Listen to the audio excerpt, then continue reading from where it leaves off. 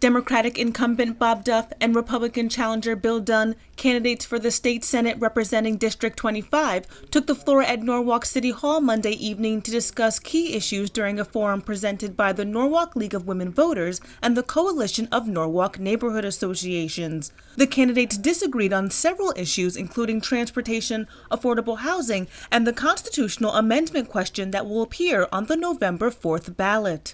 We have about 85% of our new rail cars that are in, about 100% will be in by the end of the year.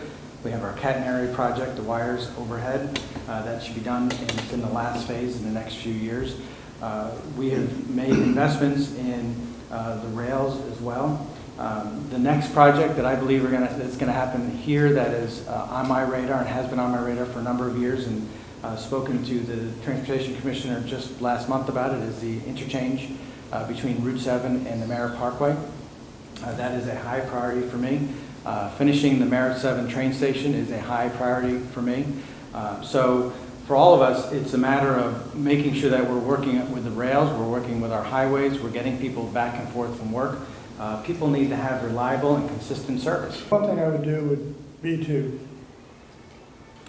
stop the state government from raiding the Special Transportation Fund. We have the highest gasoline taxes in the country, and those taxes and other revenue sources go into the state transportation fund, supposedly to fund the improvement and the maintenance in the transportation infrastructure. And the state regularly, with support from Senator Duff, has raided the Special Transportation Fund to the tune of $190 million in the last 3 years. We have now earmarked over $500 million for housing, whether it's supportive housing, affordable housing, rehab housing, or senior housing. That's good news, and that's real work. We now have a Department of Housing again, and its job is to not only to build housing, but again to rehab housing. Just look at the development down on Wall Street Place with POCO. Some of the work we've done in Washington Village and other places where finally, in the first time in a generation, we're spending funds in a smart way in order to grow our economy and to have workforce housing for people. Have people with jobs. And in the last, since the start of the recession in 08, the average income for the average Connecticut household has dropped by $5,800 a year. That's the middle class we're talking about. We have had some success in being able to bring back more funding, whether it's through education cost sharing, whether it's through priority school grants, whether it's through early childhood education, whether it's for more funding from our community college. I believe the delegation has been very successful in bringing back funds. Now, would we support changing the ECS formula so that it better helped places like Norwalk and Stamford and other communities that have not received a fair share of funds? Absolutely.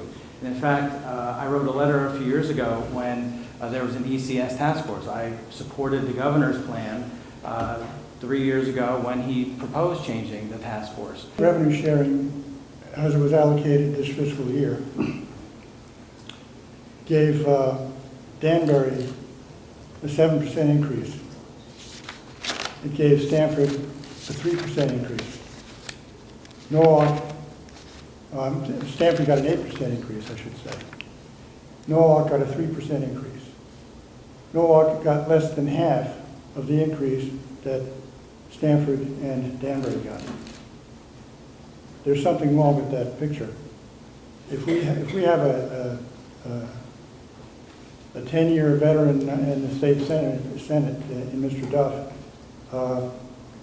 it's an odd picture. We're proud of the fact that Connecticut is trying to expand voting rights at a time where many other states across the nation are doing the exact opposite. Matter of fact, they are trying to suppress the vote. Here in Connecticut, we not only have election day registration, we have online registration. We're trying to do no excuse absentee ballot voting.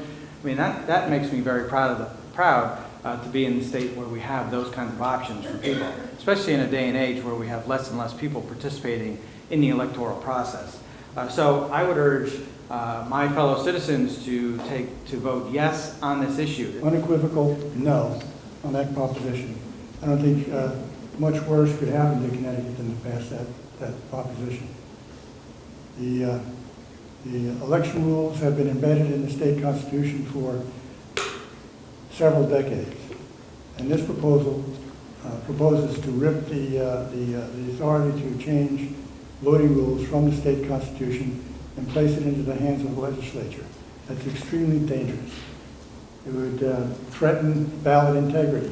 I don't think there's anything more important than having the integrity of the ballot. In Norwalk, I'm Kwegyirba Croffie for It's Relevant News.